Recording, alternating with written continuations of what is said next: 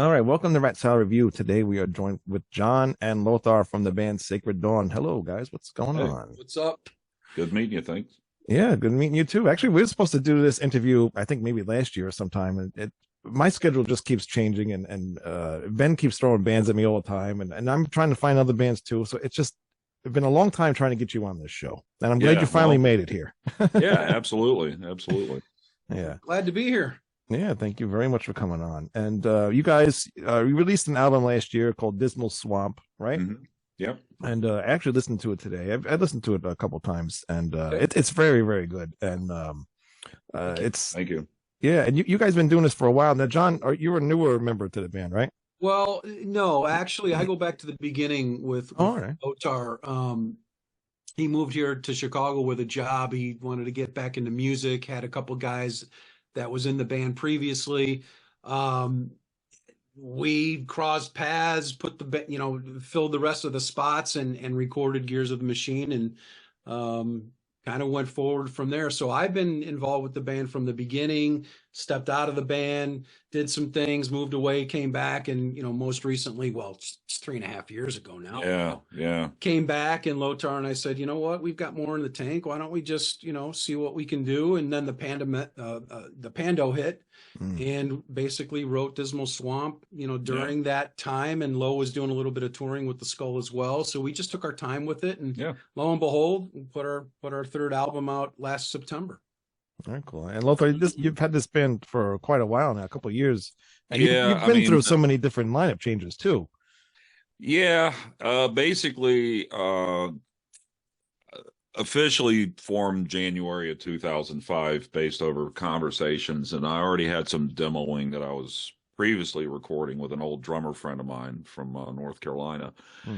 So I already had a few songs in the tank, and the drummer that I was talking to was also in a band with me back in the 90s. And so he had moved to the Chicago area because he was in the Army for a bit. And we started working up some of the old songs, but also some of the new ones that I had been kind of tooling around with. And then, so originally the very first gig Sacred Dawn went out, we were a 3-piece band. But I like working with other guitar players. I like dual harmonies. It just, to me, it's a thicker sound. Yeah, especially when you're playing music live that way. And so it was necessary that we did need to find another guitar player, and we started going on the hunt, and we happened to be playing a New Year's Eve show. Was that, and I have a question for you. Yeah. Was that Sacred Dawn's first gig as a 3-piece, No, that show? That would have been the third gig. Okay, so very early on to that is when our paths crossed, and pick it up from there. Yeah, it was the third gig that we were doing. We were playing with a Metallica tribute band, and John was there to see a buddy of his play. Yeah. So he came outside and talked to me and introduced himself and wanted to give a shot at trying out for the band. I was like, well, okay, we're looking. This is perfect, right? I thought a second guitar would really lend itself well to Sacred Dawn, and quite honestly, stuff that I cut my teeth with a Megadeth tribute called High Speed Dirt. We've been around for 20 plus years. Oh, wow. So that's where I cut my teeth. But, stuff that I would write, I'm listening to Sacred Dawn for the first time, and I'm like, that's very similar to stuff I write. So when I approached Lothar and the band, I said, I think I could help you guys out as a second guitar player, because I had semi-retired from the Megadeth thing. And, I was in the industry with artist relations and doing some things, so I knew I could help from that side as well. And once again, we gave it a try, and the rest is history. And we've had a long run, some stops and starts for legitimate reasons. And, we were happy to come back together several years ago and start writing this album again. Yeah, I'm glad you guys didn't really give up, because like all that starting and stopping thing, could really discourage you musically and everything. That happened to me too. I've been in a couple of bands, and things just happen, and you just you grow far. You just don't want to do it anymore. Because you're just tired of all the annoyances. Yeah, I mean, and a lot of it is because of life. As he said, it's like it's a lot easier when you're a young kid, Oh yeah, teenager. It's like the responsibility level, so you don't think about that sort of thing. It's the older you get, it really is harder, but it takes a lot more dedication as well. to keep bands together and to want to do it. And you know what? The thing I can add to that is, and I'm not going to speak for Lothar, but I would bet he would agree with me. You know, whether you're young or whether you're, you know, where we're at now with Sacred Dawn and our, you know, careers as musicians, the thing is, even though there are all those challenges and there's the drama, I mean, there's a lot of challenges. That's why a lot of bands do get discouraged and they just stop. Yeah. The thing is, again, just for me, I'm an old codger, but I've got more left in the tank. I mean, you know, that passion is there. And as long as that's there, yes, those challenges are very frustrating and you deal with them the best you can, but you just deal with it and move forward, because the day that you say you just absolutely will not deal with that anymore is the day that passion's gone and you're done playing. But I can't see that right now. No. And admittedly, you know, I got involved with a couple of other projects during the time at Sacred Dawn was heading towards doing the second record, which there was a lot of lineup changes because really the only guy from the first record that was on the second record was Joey Vega, the bass player. Okay. Because we got a keyboard player, different guitar player, and a different drummer. Yep. It's like phase 2 of the band. It was kind of a phase 2, and it was a different record. It was interesting. I mean, you know, we play songs off of it, and it's great. But we weren't really a heavy keyboard-driven band, and that's one thing that I kind of realized going into it. Was like there was some songs that was like weren't really designed around keyboard. So what do you do with it? And he kind of came later in as when the songs were already written. Right. But there was a lot of songs like, man, this screams for keyboard, and it actually made some of the songs better. But it was a mix. So when we came back to this, it's like there's songs that we have keyboards that really could stand to be on it, but we really kind of wanted to get back to the original roots of guitar-driven metal. More straight ahead. Yeah. Yeah. And where the keyboards need to be, Mm-hmm. I played them, or even on like the opening track, Das Chaos, I got the keyboard player from Spillage, Paul Rao, do some organ parts because I wanted to get that kind of old early 70s kind of rock organ sound. Did you notice the keyboards when you were listening to the album? But again, yes, they're a little bit more subdued. They're more complimentary than anything. And that's really kind of what we were going for. Yeah, that's what fits with your guys' music too. You don't want something that's just like overblown and like always there. You know what I'm saying? Not that kind and of overtaking. Yeah, there's a time and place for it, but it's like definitely. But not constant. And it's like some songs just don't need it. So what do you do with it? Well, you know, either not have it or find a way to put it in there. Right. So that's why that was a different approach for this record. And I think it's kind of how we're going to move forward, to be honest with you. It's comfortable. And we're back to what the original lineup was, because now Brad Sabathny has been playing with us. He's back in the fold from the Gears of the Machine record. Yeah, he recorded Gears with us. And boy, it's like almost bookends, even though that kind of denotes a little finality. Don't mean to imply that, but I'm just it's what goes around comes around. Brad is back into the band after many, many years, and it's pretty much the classic lineup together again. And I think we definitely want to start working on material for the next album here. And there's already songs that we didn't put on this one where we're like, let's work on them a little bit, just a little more tweaking, but also too, we wanted to do vinyl length. Right. So we kept it on. I think that's the best thing to do. It makes you want I more. think in the last probably maybe like 10 years, there have been bands that just put like the whole length of CD or a whole, and it's just like 75 minutes of music, and it's like, all right, about People's 50 minutes. Spans, it's like they don't have any. No, but I think the songwriting gets diluted. Right. It's got to be. There's a sweet spot, and it's usually around 45, maybe 50 minutes. Yeah. After that, you're like pushing it. leave them wanting more, right? Exactly. Right. Exactly. So we picked what we felt worked for this record. Yeah. Yeah, and I think it also makes people who listen to it, like you said, nobody has the attention span, so they do listen. It's like what 45, 46 minutes or so. Yeah. And they're gonna go back and listen to it again because it went by so fast because it's very enjoyable to listen to it. There's not any bad songs on it. There's no filler songs on it. there's no room to have any filler songs on it because it's not long enough to have that. So yeah, right. It just plays through, and you can, you want to go back and listen to it again and again and again. So and thank you for acknowledging that, man. That's very cool. And that's really what we were attempting to do, and we're pretty proud of the fact that that was the result. So thank you. Yeah. I mean, the way we structured the songs from beginning to end, we had a specific flow we wanted it to feel like. Mm-hmm.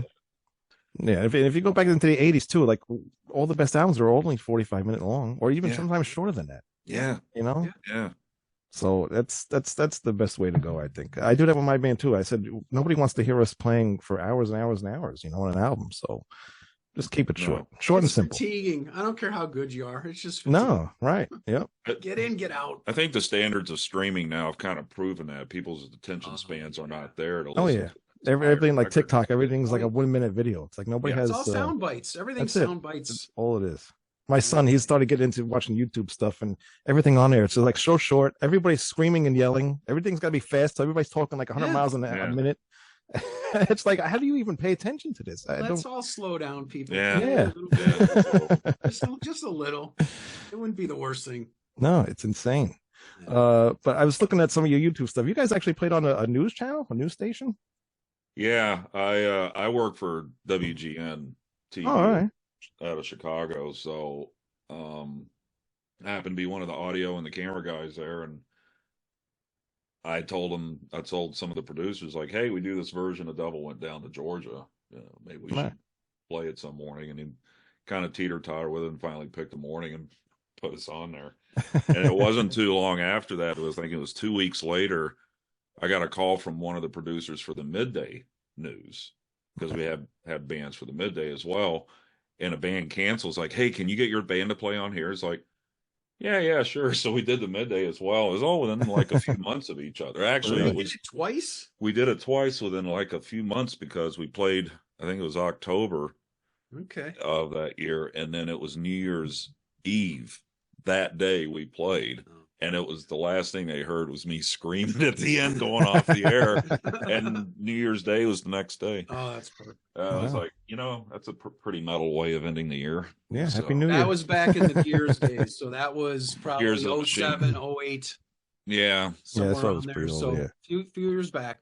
But and they even resurged the video from our performance on the morning show when Charlie Daniels died.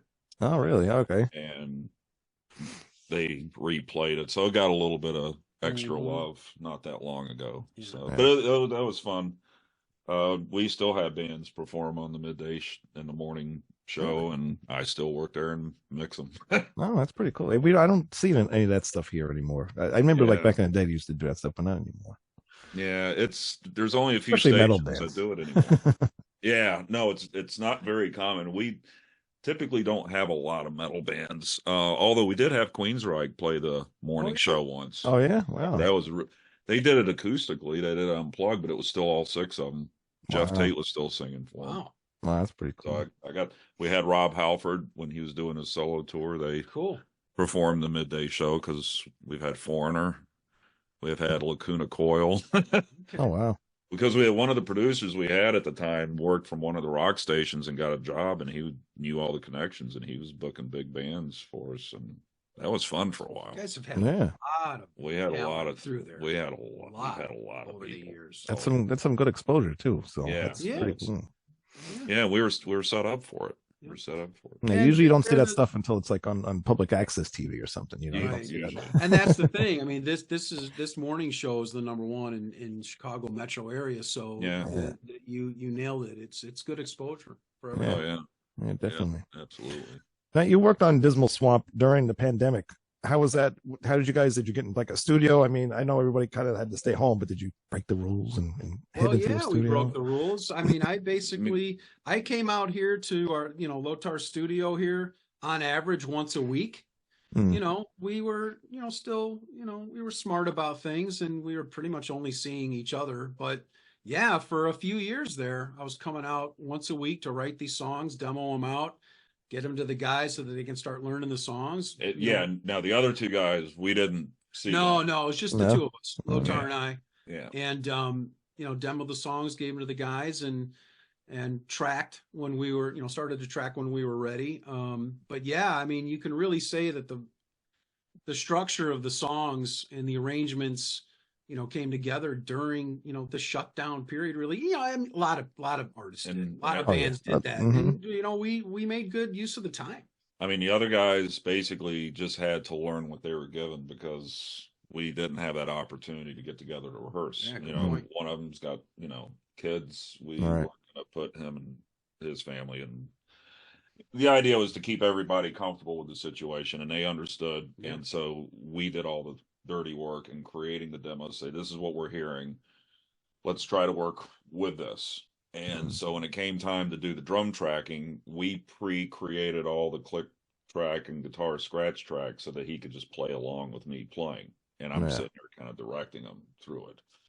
It was a different process, but because of, again, the nature of what we were dealing with when we started the recording process late 2020 or early 2021, it's a blur at this point, but we started that recording process then.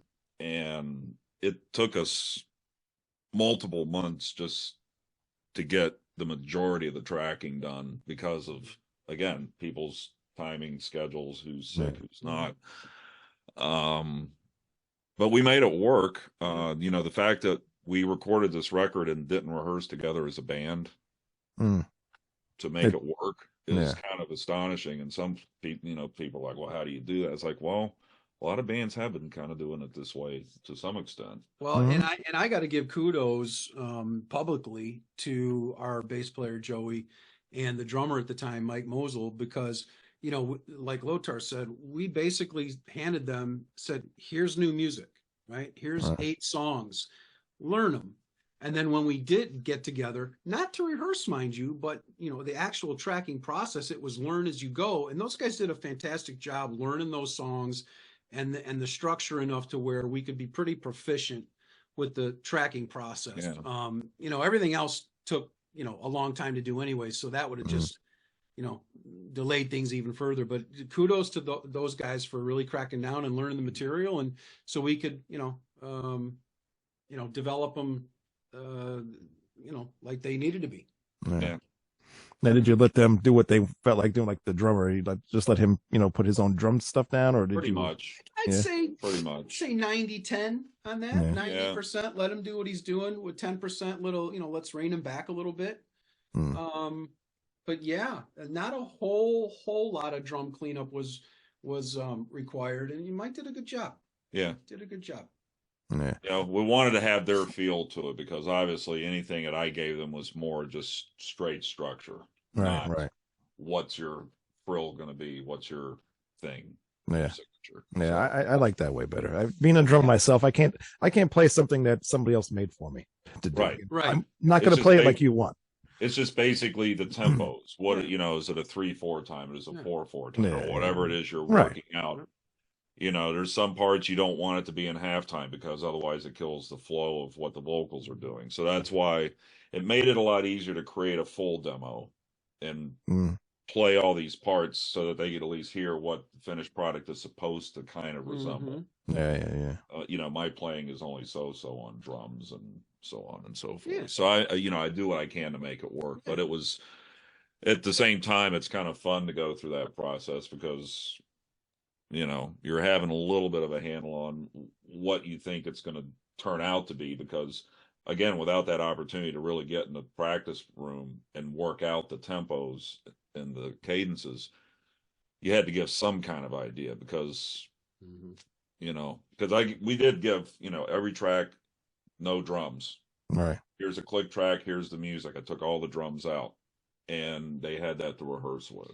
And again, the demo to refer back to, right? To get the feel. Once the feel is there, then it's just a matter of resisting the temptation to overplay, right? Yeah. And you've listened to the album and you can hear Mike's drumming style, and there's a lot of things that he does that you wouldn't typically expect to hear a drummer do, but that's him, right? Right. So our job was to, when that tends to go over the top, just rein him in a little bit and play for the the particular part, whether it's a verse, the chorus, or whatever. And it really didn't take too long for all of that to jive and to get to the point where we had some really good tracks to work with. I mean, especially considering that the length of some of these songs, as you can see, are averaging between 6 and 8 minutes. Right. It seems.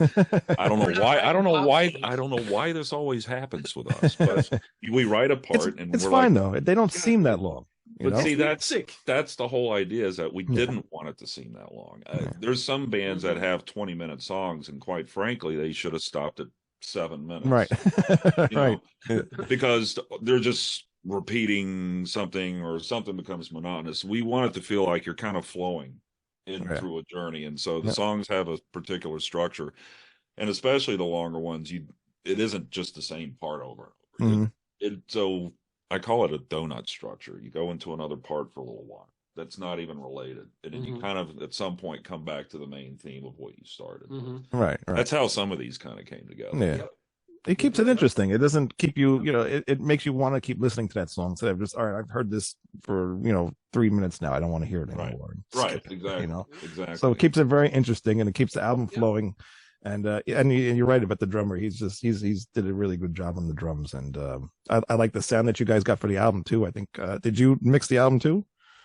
So what we did is John and I did the tracking. We got everything prepped and tracked. Initially we were going to do the mixing process, but a longtime friend of ours, Jerry, who's also a guitar player and played in another band called Mind Warp Chamber. Jerry Buchko. He said, "Hey, would you guys like to mix this on some analog gear?" And we're like, well, there's Charlie Daniels again. There's the Charlie Daniels reference, because he just happened to buy some gear from his studio. After he passed away from the estate. So we had a lot of really good gear, and it took a lot of the burden off of especially Lothar and myself in terms of the time to get the mixes going. A lot of that front end grunt work. So pick it up from there. We went out to Jerry's. We went out there, had a little meeting with him, kind of just presented some of the idea, the way we went about it, and he was totally ready to take it on. And we're like, okay, we're going to start exporting the files. We got everything to him. We spent, with our schedules, we did what we could. 9 months of going out to his studio, which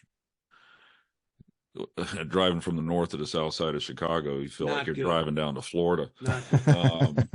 And honestly, we did get a little bit frustrated with the amount of time it was taking to get the album mixed. Not that we were, on a deadline of any sorts, but the overall, we worked on this for years, right? So we were anxious to get to the next step. But the point of bringing this up is, even though it did take that 8 to 9 months, Jerry did a tremendous job. He had a lot of nice ideas with the producer hat on that made it on the album. So when you, at the end of the day, when you walk away from this album, he really, so we co-mixed it with him, but utilizing that gear and working with Jerry through some of those frustrations of how long things were taking really paid off. Very happy with it. Because, the whole idea of getting some warmth out of this record was kind of a goal. We, the first 2 records, Chuck Maychek mixed them. They turned out great. But we wanted something a little different. And I guess you could say it's kind of like, a little more organic, maybe is the best. Definitely. We wanted the sounds to be more organic and not something that feels like it's coming out of a box, or a software program. You achieved that.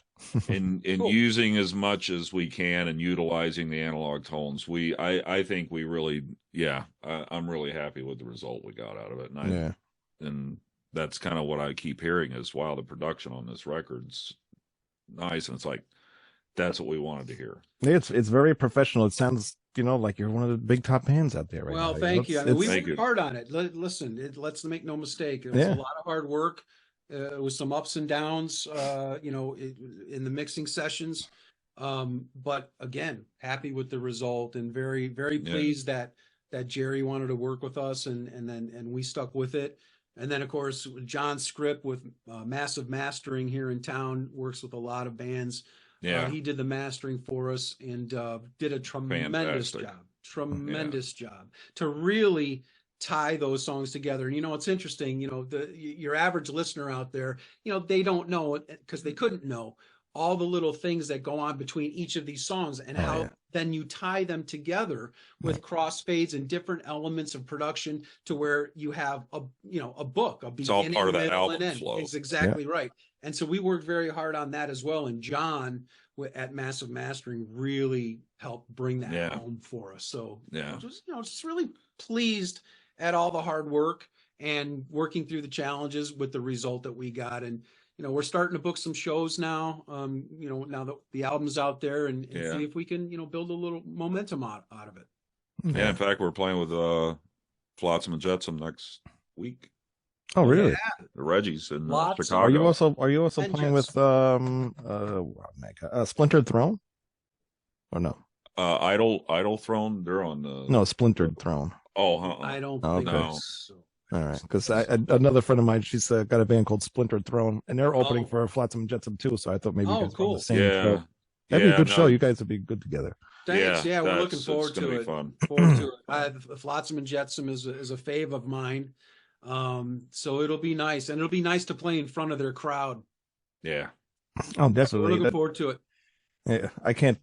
I wish they would come here. I don't think they've ever really come here in New York, at least for a long time, as far as I know. Is that right? Yeah, I don't think they've been out here. Well, they're a West Coast band, so maybe they got something against you guys. Yeah, it's possible. Everybody hates New York. they don't go east of the Chicago River, right? Is that right? Maybe that's what it is. And actually, I think maybe a month ago, one of the top metal bars that we have here closed down. Really? Yeah, a lot of the it's called St. Vitus. I've played there with the Skull. Yeah, in fact, came through there with the Skull and the St. Vitus tour. Oh, really? Yeah. And I think that was the last time we played there. That's when we had Slayer Hippie playing drums for us. Is that right? Who was from Poison Idea? Yeah. Oh, really? Wow. Oh, that's cool. Wow. Yeah, it was an interesting tour. It was a 1 month tour. It was the Skull, St. Vitus, and Witch Mountain. And we did just an entire circle around the United States, and St. Vitus was one of the stops. Didn't you play Reggie's too in town here? Because I saw Witch Mountain there with you guys. Yeah, it was the same tour. Well, venues are dropping like flies, man. It really is sad. I mean, they are. Yeah, it just is. Especially here, it just seems like I don't know where these people play. Like even my band, we tried to book shows for somewhere, and there's just like really nowhere to go. I don't know. It's different from when I used to play. Like probably my last show I ever did was 2003. So a lot has changed since then. You know. Yeah. And especially in New York, there used to be a place called Continental. All the bands used to go there. It just closed down, and you know, with the pandemic and everything, a lot of stuff closed down. And the way New York City is now, I don't even want to go near there. So, really, you know, it is what it is. Well, we live in Chicago, man. Yeah, I know. It's just upset. Yeah, it's getting pretty rough. Anyway. Yeah, I mean we still have a few decent rock. I mean, Reggie's is probably one of the stronghold rock clubs that's still hanging on, and they lasted through the pandemic, which is pretty astonishing. So I hope to see them continue. Joey, I think we got to speak of the devil. Wow. Stick your face in the camera. What's going on, brother? What's going on? Vega. How's it going? Bassist extraordinaire. Good bass playing on the album, and can't wait to hear. You guys are going to start working on another album soon, or? Yeah, I think so. I think within the next year. We want to do as much support as we can for this one. And then, but yeah, we're already we're probably a couple of songs in. Yeah. With some ideas that we're going to start tooling with. So very cool. Very cool. Just got to find the time. Yeah. That's the challenge. We're all juggling bands. I got 3 going. He's got a couple. Yeah. So you have this. Is the Skull still going on, or what's going on with the Skull? Yeah. Actually, we just opened for Candlemass, which was a sold out show. Oh wow. Okay. On a Tuesday night. Wow. It was incredible.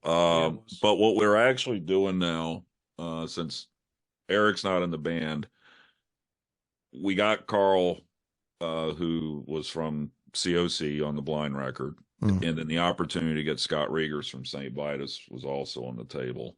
So we're basically, we've created this super group, so to speak, called Legions of Doom. Mm-hmm. So still me and Ron from the Skull and Henry on drums, which Skull and St. Vitus, Riegers, and Carl both singing.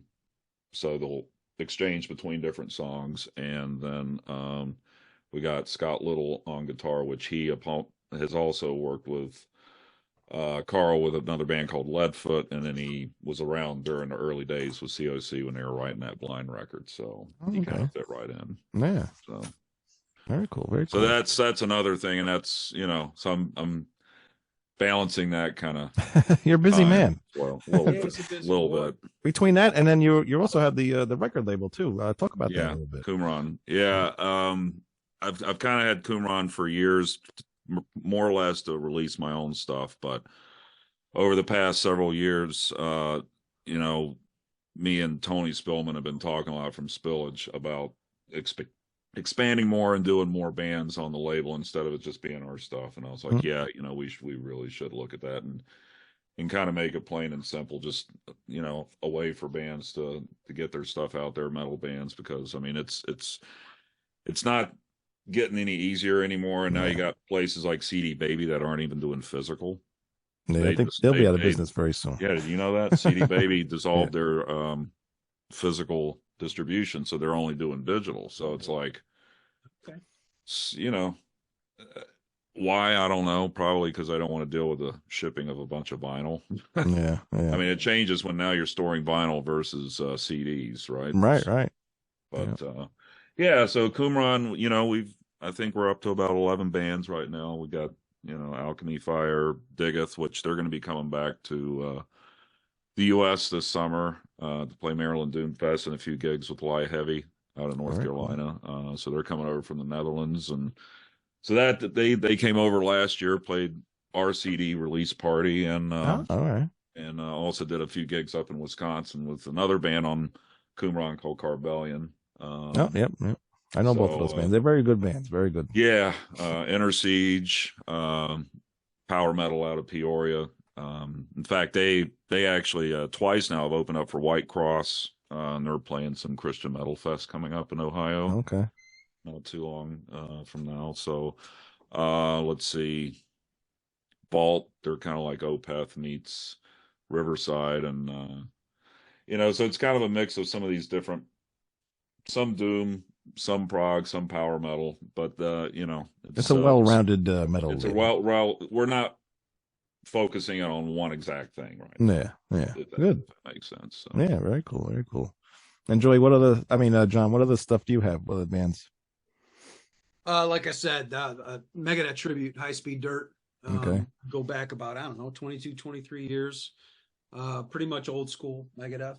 I was going to say, what do you think about the new Megadeth stuff? I'm always going to be a fan. Yeah. Always going to be a fan. The band is as good as it's ever been, believe it or not. Take Dave's personality as it is.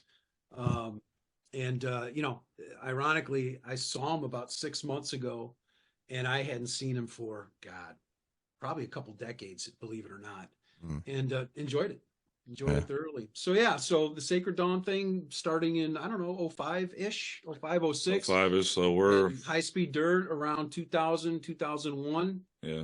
And that's, I'm a drummer. That's my trade, but I amassed too big of a drum set at some point. I'm sick and tired of lugging them around, so I just wanted a new challenge. So I picked up guitar. It was a hell of a lot easier to move around, and kind of really never looked back. Well, how big was your drum set? Like 16 pieces. Oh, Jesus Christ. with oversized kick drums. Oh my God. And I said drums plural. Yes. Yeah. It was, and the hardware was all heavy duty. It was ridiculous. Oh yeah. I used to go to the smallest shows. Roto Toms. I did have Roto Toms. I got some Roto Toms. You want some? I'm selling. No, I don't want Roto Toms. I had an 8-piece, and that was enough for me. It's enough. And it's even too much. Now I'm a 5-piece. I'm done with the big kits. Yeah. There's a lot of drummers out there that make a 3-4 piece kit sound like it's a 12-piece kit. Exactly. And I don't know how they do it. I A don't lot of know. them, if they're wanting the extra tom, and they're doing the extra floor tom anymore. It's Right. a lot of them are doing one mounted and 2 floors, and I think Yeah. it's just a much easier and quicker setup. Load up Oh, and yeah. load off. I mean, come on. Yeah. That's all it is. You know, Plus, we because ain't there's so getting many, any younger. especially when you play shows, there's so many other bands playing on those shows now that you got to get That's on and right. off that stage so fast. It's, That's right. you know, the less equipment you have, the better. Yeah. Mm. Yeah. Yeah. It works. And what about you, Mr. Late Joey here? What's going on with Joey you? Vega, Joey Vega, why don't you? No. No. Please do this because I got to take care of some business. All right. What's going on, dude? What's going on? Well, you got any other bands besides Sacred Yeah, you Dawn? know what? I don't. The only thing I got is playing with these guys, and that's hard enough to keep up with because they move so quick. So I Yeah. just focus on one and you know try and make it as fun as possible. But we do that. So Yeah. Very cool, very cool. And how was your time with the? You were on the album too, so how was it recording the album and stuff for you? yeah, this you know what? This was an interesting one. You know, a couple of changes, and I'm sure they've already talked about this, but you know, with the meat and potatoes of the album being written during the pandemic, you know, we had to kind of come together. So I spent more time learning the songs than than we used to get together and write as a team.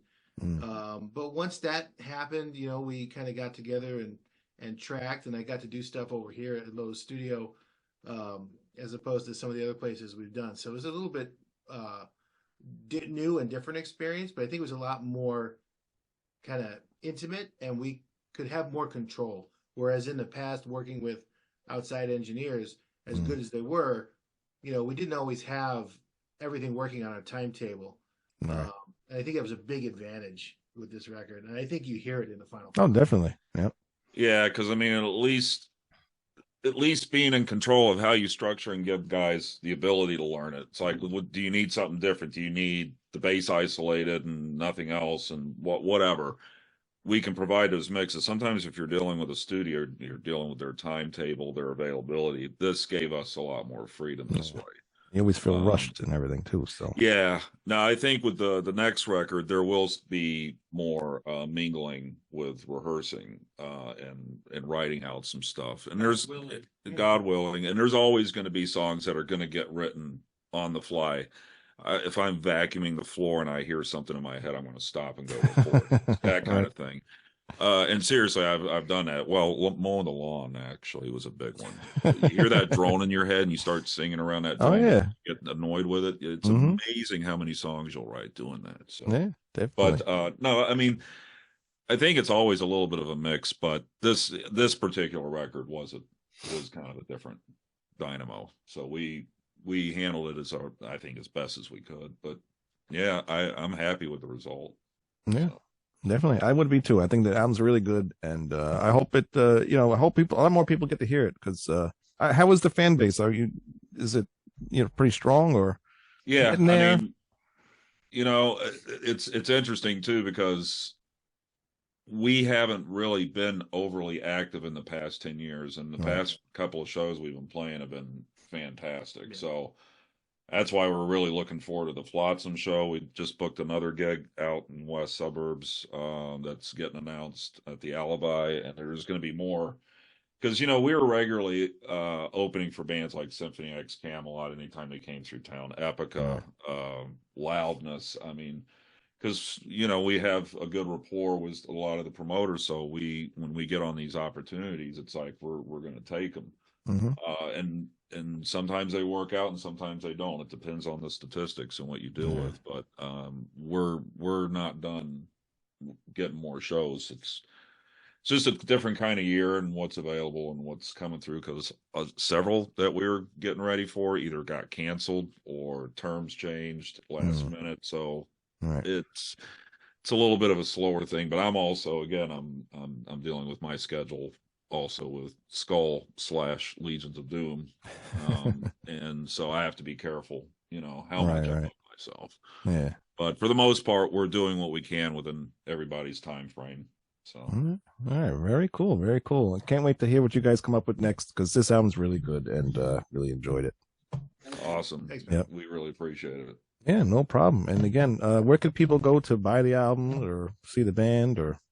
Well, we're out there on the Amazons and, the online stores, but people can go to Qumran Records .com. They can also go to sacreddawn.net, and there's links accordingly on there to purchase the record and or shirts, hoodies, whatever you want. And we have our MySpace and Facebook pages. You have a MySpace? No, not MySpace. Facebook. Oh, it's my 2024. God, dude. Actually, I think we technically still have it. I think there is a MySpace there is. page. It's still there. But... Yeah. Oh my God. Something like that. No. Well. Oh God. Tom. His name was Tom. Yeah. But anyway, that is funny. That the MySpace, I'm sure it still exists. I think it does actually, but it's a really weird picture. Like I think it was when we played at the back bar. Oh, wow. So anyway, but yeah, we got our Instagram page as well. So Sacred Dawn Music is how you can find us on both of those. And we handle those pages. So if you message us, typically we'll be the ones to answer. Awesome. Very, very cool. Yeah. Well, again, thank you, Lothar, and thank you, Joey, and thank you, John, very much for coming on the show. Had a lot of fun talking to you guys. Thanks for having Thank you. And good luck in the future. And hopefully we have you on for the next album, too. Yeah. Sounds like a plan. All right. Can't wait to hear it. All right, everybody. Thank you very much for watching ratsoundreview.com. And don't forget to hit that subscribe button. And also check out freeworld.fm, where I do a radio show every Wednesday at 10 p.m. Eastern. All right. See you guys next week. Bye-bye.